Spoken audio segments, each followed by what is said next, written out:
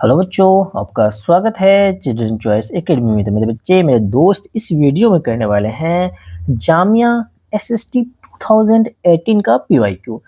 Already मैंने आपको 2016 2017 का मैंने पीवाईक्यू करवा दिया है और साथ के साथ कंप्लीट मैथ्स का मैंने करवा रखा है पीवाईक्यू, और साइंस का आपका कंप्लीट है।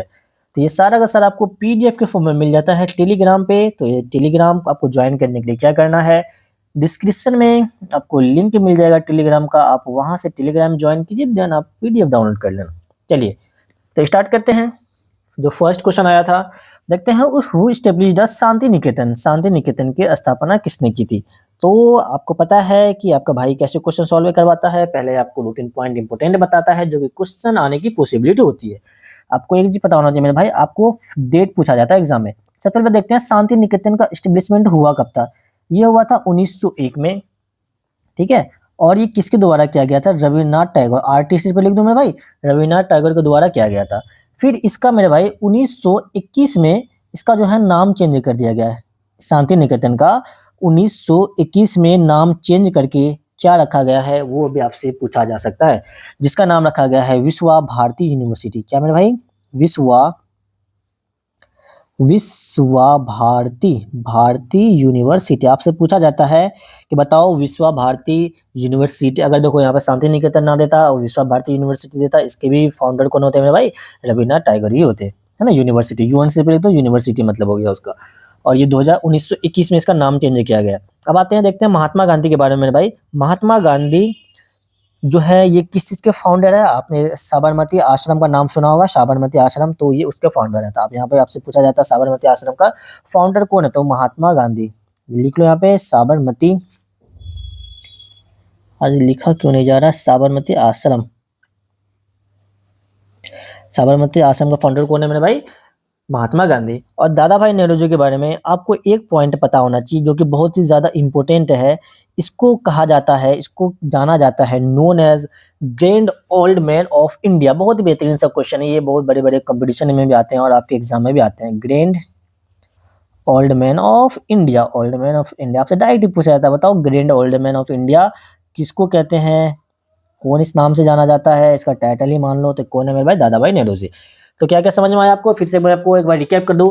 शांति निकेतन कब स्टेब्लिश हुआ था? 1901 में। किसने किया था? रविन्द्रनाथ टैगोर ने। 1921 में इसका नाम चेंज किया गया है विश्वा भारती यूनिवर्सिटी। और महात्मा गांधी फाउंडर है साबरमती आश्रम के। और जो दादा भाई नेहरू जी, इनको क्या कहा जाता है? Grand old man of India. तो ये 4-5 क्वेश्चन है जो कि आपको एग्जाम में देखने को मिल सकता है। चलिए देखते हैं नेक्स्ट क्वेश्चन। क्वेश्चन नंबर 2 इसमें पूछा गया who wrote the book Satya Prakash. जो सत्य प्रकाश है इसके लेखक कौन है? तो बहुत ही आसान से क्वेश्चन। इसके जो लेखक है मेरे भाई वो आपसे पूछा गया। फिलहाल मैं आपको बता दूं, राम कृष्णा पराशरम। क्या ये है इनके? ना मेरे भाई, इनको हम क्या आपसे पूछा जाता है कि स्पिरिचुअल लीडर का नाम बताओ। इसको हम जानते हैं स्पिरिचुअल लीडर के नाम से, ठीक है। स्पिरिचुअल लीडर, आपको ध्यान रखना है, डायरेक्ट क्वेश्चन से पूछता, बताओ इसमें से स्पिरिचुअल लीडर कौन है? स्पिरिचुअल लीडर आप क्या बोलेंगे? राम कृष्णा। उसका गोपाल कृष्णा गोखले, इसको जानते हैं सोशल रिफॉर्मर। इसको किस नाम से जानते हैं? इसका ये फेमस किस लिए भाई? आपसे पूछा था, बताओ इसमें से सोशल रिफॉर्मर कौन है? तो आप डायरेक्ट क्या बोलेंगे? गोपाल कृष्णा गोखले जो है ये सोशल रिफॉर्मर थे, ठीक है। रिफॉर्मर मतलब इन्होंने सोशल के लिए काम किया था। और जो राजा राम मोहन राय है मेरे भाई, इसके बारे में तो बहुत बेहतरीन सा एक क्वेश्चन आता है आपके एग्जाम में भी, कई बार आ चुका है। ये जो फाउंडर है ना, ये फाउंडर है किसी का? आपसे पूछा जाता है कि जो ब्राह्मो समाज है उसके फाउंडर कौन है? ब्राह्मो समाज है ना। तो ध्यान रखना, आपको ये क्वेश्चन आपके एग्जाम में कई बार पूछा गया है और कई बार पूछा जा सकता है, तो ध्यान रखना आपको। उसके बाद मेरे भाई फिलहाल आपका जो करेक्ट आंसर जाने वाला है कौन? स्वामी दयानंद। तो जो आपका सत्य प्रकाश बुक था किसने लिखा था? स्वामी दयानंद ने लिखा था। और अगर आपसे पूछा जाए इन्होंने कब लिखा था, डेट भी ज्यादातर आपके एग्जाम में पूछा जाता है। तो फिलहाल मैं आपके लिए जानकारी के लिए लिख दूं, ये 1875 में ये लिखा गया था। जिसका मतलब क्या था, तो इसमें क्या बताया गया था, इसमें एक्सप्लेन क्या किया गया था, इन्होंने क्या एक्सप्लेन किया था कि जो वेदास है उसका मीनिंग क्या है ना, ट्रू मीनिंग ऑफ वेदास। आप चाहे तो लिख सकते हो अपने यहाँ पे, मैं बस यहाँ पे लिख दूं, इसमें एक्सप्लेन किया गया था वेदास के बारे में, है ना। अब इसे पूरा लिख लेना, एक्सप्लेन किया था ट्रू मीनिंग ऑफ वेदास। चलिए देखते हैं नेक्स्ट क्वेश्चन, क्वेश्चन नंबर 3। इस क्वेश्चन में देखो क्या है, द बुक, एक बुक है जिसका नाम है गुलामगिरी, रिटेन बाय, जो गुलामगिरी नामक पुस्तक है, किसने लिखी थी ये? आज अच्छा सा क्वेश्चन, प्यारा सा क्वेश्चन, जिसका मतलब होता है स्लेवरी, है ना, स्लेवरी आपसे पूछा जाता है, स्लेवरी बुक के, स्लेवरी भी सब बोल सकते हो, किसने लिखी थी भाई? बोले ज्योतिराव फूले ने लिखा था। किसने? ज्योतिराव फूले ने लिखा था। और इसने कब लिखा था ये बुक? डेट आपसे पूछा जाता है, बिल्कुल भाई डेट तो आपको याद करना ही करना है, 1873 में लिखा था। और इसमें इन्होंने, देखो गुलामगिरी नाम ही पता चल रहा है, आपसे पूछता है इसमें इसने क्या बताया था? जो कास्ट डिस्क्रिमिनेशन थे उससे रिलेटेड इन्होंने इसमें लिखा था। जो कास्ट डिस्क्रिमिनेशन हो रहा था उस समय में, 1873 की बात है, मतलब कि जब यहाँ पे अंग्रेज हुआ करते थे, है ना। कास्ट डिस्क्रिमिनेशन, डिस्क्रिमिनेशन जब हो रहा था उससे रिलेटेड इस बुक में लिखी हुई हैं सारी चीजें, ठीक है। और मेरे भाई गोपाल कृष्ण गोखले, ऑलरेडी मैंने आपको बता दिया है, ये आपको, इसको पॉलिटिकल लीडर भी बोला जाता है ना, इसको पॉलिटिकल लीडर ही बोला जाता है, तो वो भी आप याद कर सकते हो। और जो अंबेडकर थे मेरे भाई, इसको इन्होंने, जो अंबेडकर साहब थे, इन्होंने इन्होंने क्या किया था, जो हमारा कॉन्स्टिट्यूशन है उसको डिजाइन किया था। आप इसको लिख लेना, ठीक। चलिए नेक्स्ट क्वेश्चन देखते हैं, question number 3। America revolution started from, जो अमेरिकन रेवोल्यूशन है वो स्टार्ट कब हुआ था? स्टार्टेड पूछा है ना, स्टार्ट कब हुआ था? अगर आपसे स्टार्टेड पूछा जाए तो आप क्या बोलेंगे? 1776 में ये स्टार्ट हुआ था, ठीक है। और ये तब तक चलता रहा जब तक उसको क्या, आज़ादी ना मिल गई। अब इसमें देखो, जो इसके बारे में चलो एक दो पॉइंट में याद आ रहा है, मैं आपको लिख दूं। तो ये तब तक चला था जब तक उसको आज़ादी नहीं मिला। और मेरे भाई इसमें लगभग जो थे 13 कॉलोनियल अमेरिकन थे और ब्रिटिश थे ना, 13 कॉलोनियल अमेरिकन थे और ब्रिटिश थे, जो ये लड़ाई वगैरह चल रहा था, ठीक है। तो इतना ही जान लो उसके बारे में। हमारे इंडिया से रिलेटेड ज्यादा क्वेश्चन आता है, ये इक्का दुक्का क्वेश्चन आ जाता है, कभी कभी इसको रवि कर देते हैं, जरूरत नहीं उसको आपको। उसके बाद देखते हैं भाई, 1754 का डेट आपको पता होना चाहिए, आपसे पूछ सकता है। जैसे देखो अमेरिकन रेवोल्यूशन पूछ लिया ना, तो आपसे पूछा जाता है 1754 में क्या हुआ था? जो फ्रांच इंडियन वॉर था वो स्टार्ट हुआ ना, फ्रांच इंडियन वॉर में, फ्रांस इंडियन वॉर। तो डेट भी देखो, मैं कई बार बोलता हूँ आपके एग्जाम में डेट से क्वेश्चन आते हैं, तो आपको डेट पे ध्यान रखना है। फ्रांस इंडियन वॉर स्टार्टेड, है ना, स्टार्टेड लिख लो। अगर आप देखते हैं क्या 1792, इसको छोड़ दो, ये फ्रांस से रिलेटेड है, जब उसको इंडिपेंडेंस मिला था। और ये आपका 1875, वैसा कोई डेट रिलेटेड नहीं है। चलिए देखते हैं 19, क्वेश्चन नंबर 5। किसने कहा था Swaraj is my birth right and I shawl B it? मतलब किसने कहा था स्वराज मेरा जन्म अधिकार है और मैं इसे पाऊंगा, है ना, और मैं इसे पाऊंगा, किसने कहा था? बेहतरीन सा क्वेश्चन है ये, आपके एग्जाम में कई बार पूछा जाने वाला सवाल है, और इसको आप स्टार पॉइंट भी लगा सकते हैं। तो ये कौन है मेरे भाई? बाल गंगाधर तिलक ने ये बात कहा था। और मेरे भाई बाल गंगाधर तिलक को हम किस नाम से जानते हैं? आपसे पूछा जाता है। लोकनायक किसको, लोकनायक नहीं, लोकमान्य, है ना, लोकमान्य किसको कहते हैं? लोकमान्य किसको कहते हैं? नोन एज जाने जाते हैं ये लोकमान्य तिलक, है ना, इसको, इसी को कहा जाता है लोकमान्य तिलक। तो कुछ-कुछ उनसे रिलेटेड आपको पता होना चाहिए। आपको पता ही है, मैं कई बार बोल चुका हूँ। लोकमान्य तिलक इसी को बोला जाता है, ध्यान रखना आपसे। और मेरे भाई इन्होंने ये चीज़ स्टार्ट क्यों किया था, है ना? आपको ये पता है, ये जो एडवोकेट वगैरह थे, बहुत आपके इसके बारे में हिस्ट्री ऑलरेडी आपने पढ़ा होगा, ये एडवोकेट थे। तो ये मतलब कि स्वराज के लिए ये काम स्टार्ट किया था, ठीक? स्वराज के लिए ही किया था इन्होंने। आइए देखते हैं लाला लाजपत राय, इसको भाई ये फ्रीडम फाइटर है ना, फ्रीडम फाइटर, है ना, फ्रीडम फाइटर हैं। उसके बाद आप महात्मा गांधी के बारे में अगर आप जानना चाहेंगे, तो इसके बारे में आपसे पूछा जाता है कि कौन-सा ऐसा बंदा था, कौन ऐसे हमारे नेता थे, कौन ऐसे थे जो कि नॉन वायलेंस पे बिलीव क्या करते थे, फोकस क्या करते थे, नॉन बिलीव एंड ट्रूथ, है ना। याद रखना ये कौन थे मेरे भाई? महात्मा गांधी जी थे। और इनका कितना बड़ा योगदान है हम सब जानते हैं हमारे आज़ादी में, ठीक है। तो आपको इसके बारे में ये पता होना चाहिए। जो महात्मा गांधी थे वो बिलीव क्या करते थे किस पे, या फोकस कर लो, या बिलीव करते थे किस पे? नॉन वायलेंस पे और ट्रूथ पे ये फोकस करते थे। और मेरे दोस्त जो सुभाष चंद्र बोस थे, है ना, एससी मतलब सुभाष चंद्र बोस, इसके बारे में आपको क्या होना चाहिए कि होता तुम मुझे खून दो मैं तुम्हें आज़ादी दूंगा, ये वाला कथन किसने कहा था? सुभाष चंद्र बोस ने। Give me blood I will give you freedom, इसमें आप लिख लो क्या इसमें नोन एज, हाँ, इसको भी इसी नाम से नोन एज लिख सकते हैं, के ए का मतलब नोन एज, ठीक है भाई। तो आप क्या लिख लो? गिव मी ब्लड, थ्योरी ज्यादा हो जाता है ना एसएसटी में, इसलिए थोड़ा सा। And I give me blood and word नहीं आएगा इसमें, क्या लिख लो भाई? I will give you freedom, I will give you freedom. ये बात किसने कहा था? ये बात सुभाष चंद्र बोस ने कहा था। आइए देखते हैं next question, question number 6। Who was the first to be elected to the British parliament? बताएंगे ब्रिटिश पार्लियामेंट में सबसे पहले इलेक्टेड होने वाले इसमें से कौन थे? तो मेरे दोस्त, मैंने आपको क्या कहा, अभी जो दादा भाई नेहरू जी है उसको ओल्ड मैन ऑफ इंडिया कहा जाता है, तो बिल्कुल वही थे सबसे पहले। इसलिए अब इसका ऑप्शन नंबर क्या होने वाला? ऑप्शन नंबर इसका बी बिल्कुल एंड बिल्कुल करेक्ट आंसर है। तो अगर आप देखेंगे इसमें डॉक्टर राजेंद्र प्रसाद के बारे में बहुत बच्चे को डाउट होता है मेरे भाई, ये जो थे ये फर्स्ट इंडियन प्रेसिडेंट है। आपसे पूछा जाता है कि फर्स्ट इंडियन प्रेसिडेंट कौन थे, इंडिया के फर्स्ट प्रेसिडेंट कौन थे, तो आप क्या बोलेंगे? डॉक्टर राजेंद्र प्रसाद जो थे वो फर्स्ट इंडिया के प्रेसिडेंट थे ये, ठीक। और डॉक्टर भीमराव अम्बेडकर थे, इन्होंने ऑलरेडी मैंने अभी बताया, बस मैं लिख देता हूँ, इन्होंने जो इंडियन कॉन्स्टिट्यूशन है उसको इन्होंने ड्राफ्ट किया था, मतलब कि उन्होंने उसे लिखा था, बनाया था। ड्राफ्टेड इंडियन कॉन्स्टिट्यूशन, है ना, शॉर्ट में लेता हूँ कॉन्स्टिट्यूशन। और जो महात्मा गांधी थे भाई, ये तो कभी ब्रिटिश पार्लियामेंट में कभी गए ही नहीं, है ना, नेवर, मतलब कि आप कभी लिख सकते हो, वैसे छोड़ दो, लिखने की जरूरत है नहीं, जान लो बस इतना सा। तो आपसे पूछा था फर्स्ट इंडियन प्रेसिडेंट कौन है? डॉक्टर राजेंद्र प्रसाद। जो इंडियन कॉन्स्टिट्यूशन है उसका ड्राफ्ट किसने किया था? डॉक्टर भीमराव अम्बेडकर ही ने किए थे। और आपका जो जो फर्स्ट जो इलेक्टेड है ब्रिटिश पार्लियामेंट में, फर्स्ट मेंबर कौन थे? दादा भाई नेहरू जी। आइए देखते हैं क्वेश्चन नंबर 7, इसमें क्या पूछा गया है? तो कॉन्स्टिट्यूशन प्रोवाइडेड, कितना लिस्ट होता है? सिंपल से क्वेश्चन है, कितना लिस्ट होता है भाई इसमें? हमारे कॉन्स्टिट्यूशन में कितने लिस्ट हैं? तो टोटल 3 लिस्ट हैं। तो अगर मैं आपको 3 लिस्ट का नाम बताना चाहूँ तो बताएंगे कि आपको पता है कौन कौन सी लिस्ट है? जल्दी जल्दी बताओ, आपसे लिस्ट से भी क्वेश्चन आते हैं मेरे दोस्त, इसलिए आपको पता होना चाहिए। एक आपका आ जाता है यूनियन लिस्ट, एक कौन सा होता है? यूनियन लिस्ट है ना। आपसे भाई इसमें पूछ सकता है बताओ इसमें से कौन सा कॉन्स्टिट्यूशन लिस्ट नहीं है ना? उसके बाद एक आता है आपका कौन सा मेरे भाई? स्टेट लिस्ट भी आता है इसके अंदर। और एक एक आप बोल सकते हो कंकरेंट लिस्ट, है ना, यही आता है ना शायद, हाँ यही आता है आई थिंक, कंकरेंट लिस्ट। तो ये 3 लिस्ट आते हैं किसके अंदर में भाई? कॉन्स्टिट्यूशन प्रोवाइड कितना 3 लिस्ट हमें प्रोवाइड करता है। एक होता है यूनियन लिस्ट, एक होता है स्टेट लिस्ट और दूसरा होता है कंकरेंट लिस्ट। आइए देखते हैं नेक्स्ट क्वेश्चन।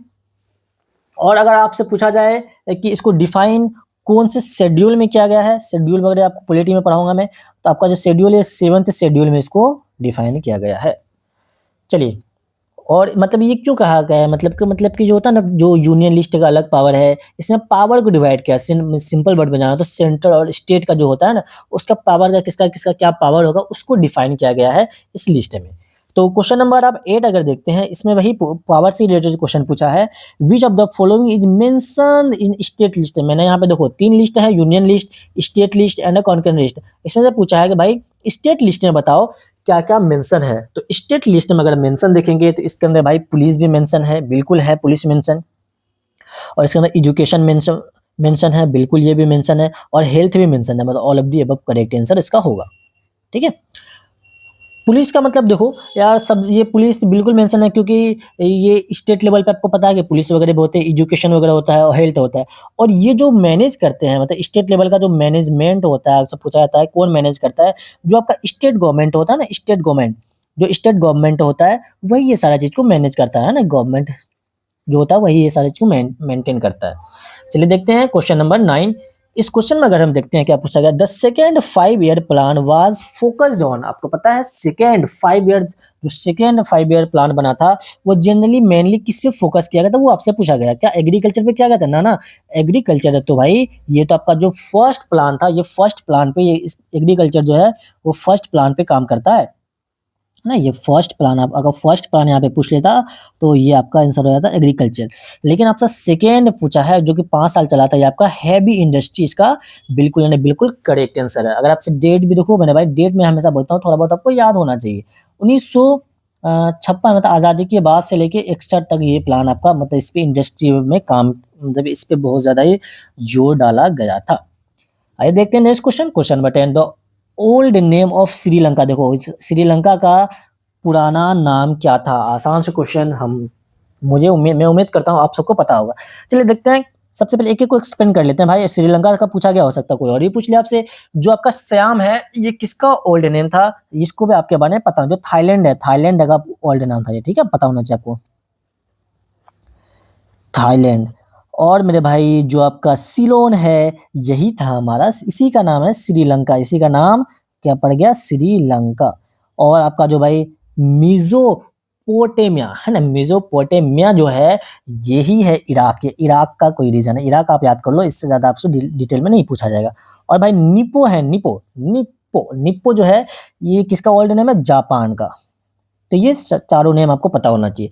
और आपसे जिस फिलहाल अभी पूछा गया श्रीलंका का ओल्ड नेम, आप क्या बोलेंगे? तो इसका करेक्ट आंसर हो गया मेरे भाई बी। इसका बिल्कुल बिल्कुल, अरे टिक तो लगा रहा हूँ ना, करेक्ट हाँ लगा रहा है। तो इसका करेक्ट आंसर क्या बी। अगर आपसे पूछता थाईलैंड का ओल्ड नेम बताओ, तो आप क्या बोलते? श्याम। आपसे जापान का पूछता, आप क्या बोलते? निप्पॉन बोलते। चलिए देखते हैं नेक्स्ट क्वेश्चन, क्वेश्चन नंबर 11। इस क्वेश्चन में आपसे मेरे दोस्त क्या पूछा गया है? First brand of T sold by the east India company was, बताएंगे क्या होगा? तेज है, रेड लेबल है, टाटा। अरे ना ना ना भाई, ईस्ट इंडिया कंपनी तो चाय वगैरह का खेती काम ही नहीं करते थे, इसलिए नॉन ऑफ दिस ये इसका कोई काम वगैरह नहीं था भाई। हमारे यहाँ मतलब कि टी वगैरह तो 20 सेंचुरी में आया है ना? और 20 सेंचुरी में आया ना ये सारा चीज। 20 मतलब कि 20 सेंचुरी में आया। और ये तो जो ब्रिटिश वगैरह हुआ करते हैं, ये तो 18th वगैरह में थे, है ना? 18th 19th के 1947 में था, 18 9 सेंचुरी में हुआ करते। उस समय ऐसा कुछ वगैरह सेल वगैरह ये लोग नहीं क्या करते थे, चाय वगैरह। ये लोग क्या लूट रहे थे भाई पैसे, चाय वगैरह क्यों ये लोग ये करेगा। आइए देखते हैं नेक्स्ट क्वेश्चन, क्वेश्चन नंबर 12। तो ये क्वेश्चन भाई मैंने ऑलरेडी कहाँ पे करवाया, वन शॉट। अगर आप देख रहे होंगे तो वहां पे आपको सारा चीज मिल जाएगा, तो इसलिए प्लीज वन शॉट कीजिए। सारा सारा क्वेश्चन वन शॉट में आपको मैंने कंप्लीट एक्सप्लेन कर रखा है। तो डॉक्ट्रिन ऑफ लैप्स बताओ किसने इंट्रोड्यूस किया था, और डॉक्ट्रिन ऑफ लैप्स क्या होता है, इसके बारे में आपको पता होना चाहिए। जो डॉक्ट्रिन ऑफ लैप्स होता है मेरे भाई, इसको इंट्रोड्यूस करने वाले लॉर्ड डलहौजी थे। तो आपका ऑप्शन गिवन है ऑप्शन नंबर बी। तो इसके बारे में आपको 2 पॉइंट मैं आपको जरूर लिखने की कोशिश करूंगा। तो ये आपसे डेट इसके बारे में बिल्कुल, ये तो डेट आपके लिए इंपॉर्टेंट है, ये डेट बहुत इंपॉर्टेंट है, इसलिए मैं यहाँ पे स्टार पॉइंट लगा दिया हूँ। ये आपका हुआ आया था 1848 में आया था मेरे भाई। डॉक्टर ऑफ लेफ्ट में क्या था, मैं आपको यहाँ पे बता दूं कि अगर अगर कोई ब्रिटिश रूलर है वो मर जाए, है ना, विदाउट, अगर उसका कोई बच्चा वगैरह ना हो, तो उसके जो किंगडम था उसको हत्या लिया जाता था। तो ये अगर पूछता है कि बताओ जो आपका सतारा है ना, सतारा, सतारा हो गया, आपको जो एनसीईआरटी में गिवन है 8th के, बस वही बता रहा हूँ। झांसी हो गया, और आपका नागपुर है ना, नागपुर।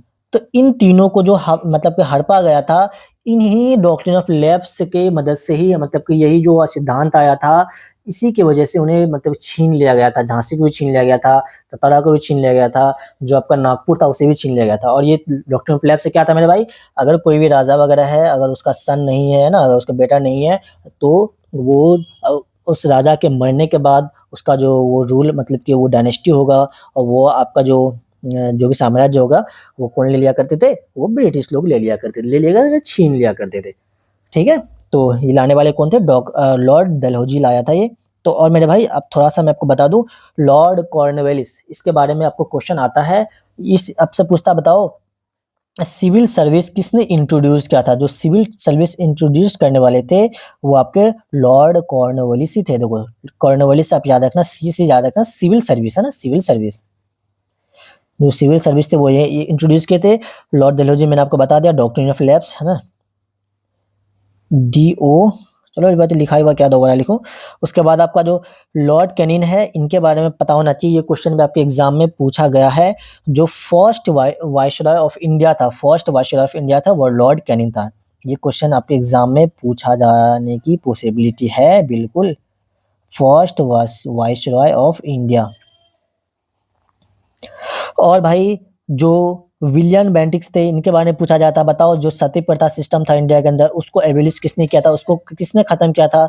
यही खत्म किया था ये बंदा। के कुछ अच्छे काम किए थे, जैसे ये काम बहुत अच्छा किया था ब्रिटिश, बाकी और सब तो अच्छा काम नहीं किया था मेरे अकॉर्डिंग। इन्होंने एबोलिश किया था किसको? सती प्रथा को। सती प्रथा जो सिस्टम इंडिया के अंदर चलता था, सती सिस्टम, तो उसको खत्म करने वाला कौन था? ये लॉर्ड, मतलब विलियम बेंटिक। तो यहाँ ध्यान रखना, इससे ये बहुत इंपॉर्टेंट स्लाइड है। इस स्लाइड से मेरे ख्याल से आपको हर साल क्वेश्चन देखने को मिलता है, तो इसको आप स्टार पॉइंटर लगा लीजिए बहुत अच्छे तरीके से।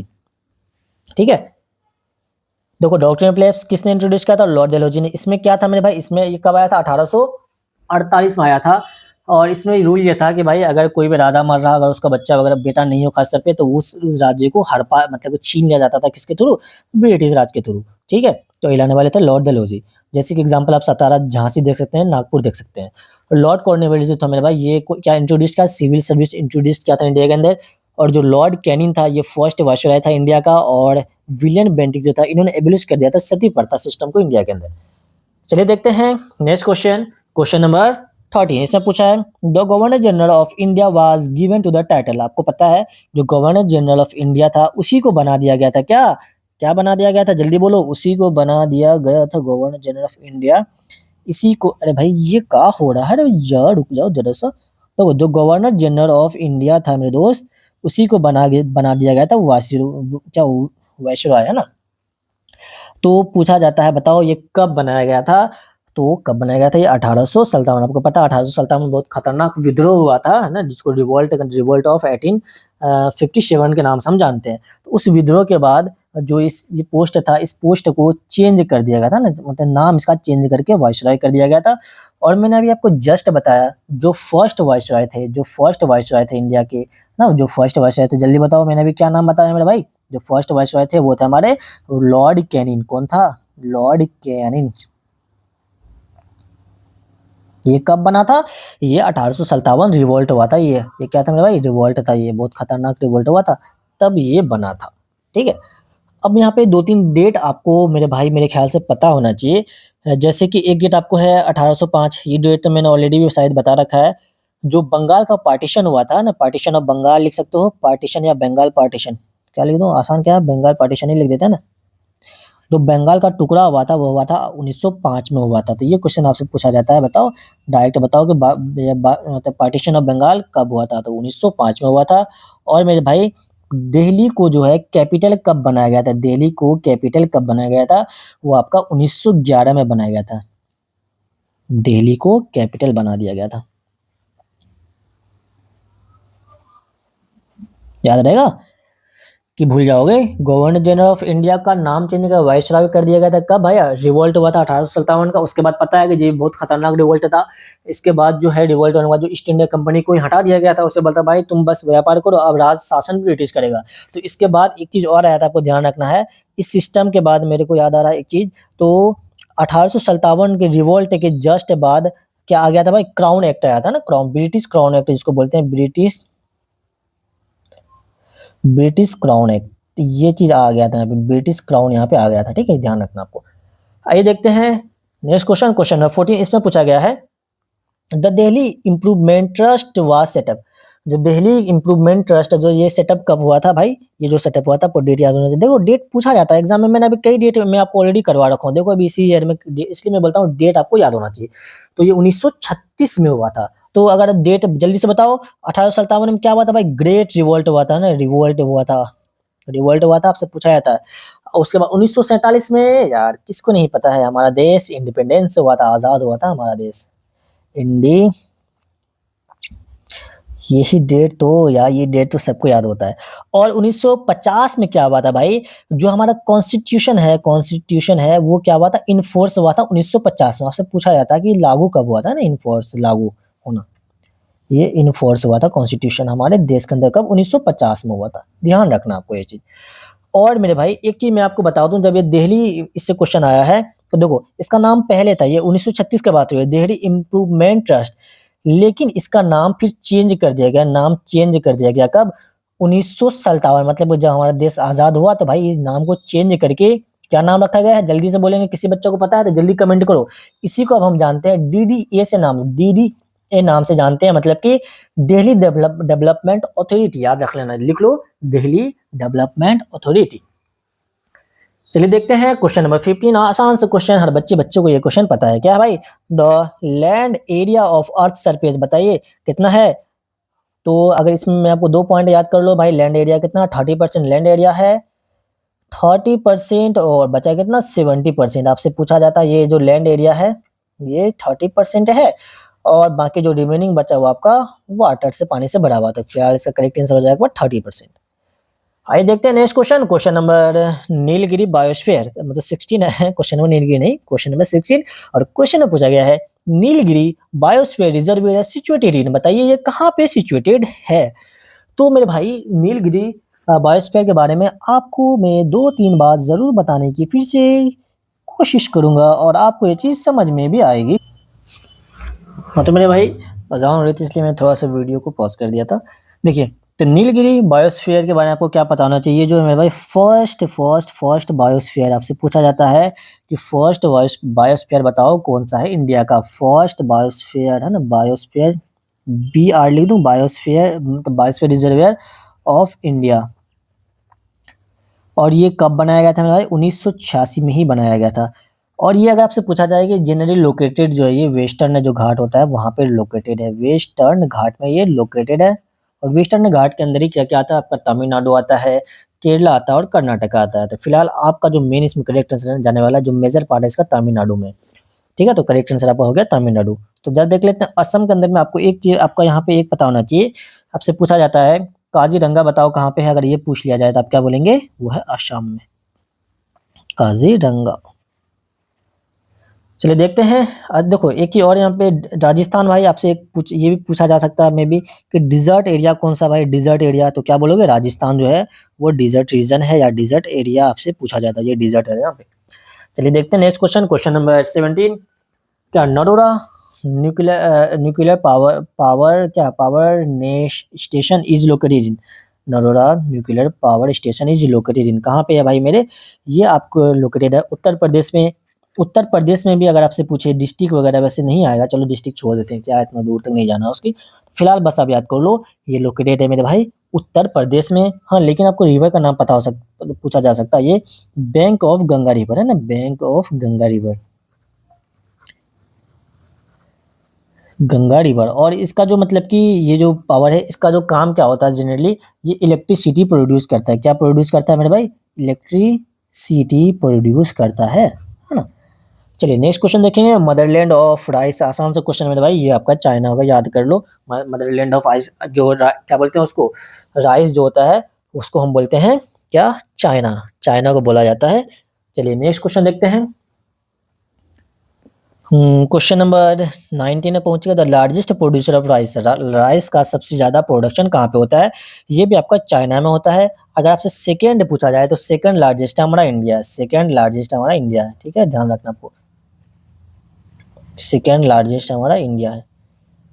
चलिए नेक्स्ट क्वेश्चन आज का और लास्ट क्वेश्चन है भाई। The Tata iron and steel company limited was started in, बताएंगे जो स्टील कंपनी लिमिटेड ये स्टार्ट कब हुआ था? स्टार्ट पूछा है, स्टार्ट कब किया गया था मेरे भाई? 1907 में। बहुत बच्चे 1908 भी लगाते हैं। ये स्टार्ट मतलब क्या बोलता है भाई? स्टार्ट हुआ था कब? ये तो प्रोडक्शन करना स्टार्ट किया था 1908 में। इसका प्रोडक्ट मतलब होता है ना भाई कोई सेटअप हो चुका है, उससे कोई प्रोडक्ट वगैरह बनाया जा रहा हो, उसका वर्किंग हो रहा है, काम हो रहा है, उससे कुछ बन रहा है, वो 1908 में हुआ था, ठीक है? तो आई होप कि आपको पता होना चाहिए थोड़ा-सा इसके बारे में, लेकिन 2 चीज़ याद कर लो मेरे भाई। ये आपका जमशेदपुर जो होता है झारखंड के अंदर, वो वहाँ पे लोकेटेड है। ये 1907 में बना था ना, 1907। और ये आपका जमशेदपुर है ना, कहाँ पे है जमशेदपुर? जल्दी बोलो, झारखंड में। ये वहाँ पे लोकेटेड है जमशेदपुर और ये आपका पड़ता है झारखंड के अंदर। वो यहाँ पे है। और ये जो कंपनी से भाई इसके रिलेटेड क्वेश्चन क्यों पूछा गया है?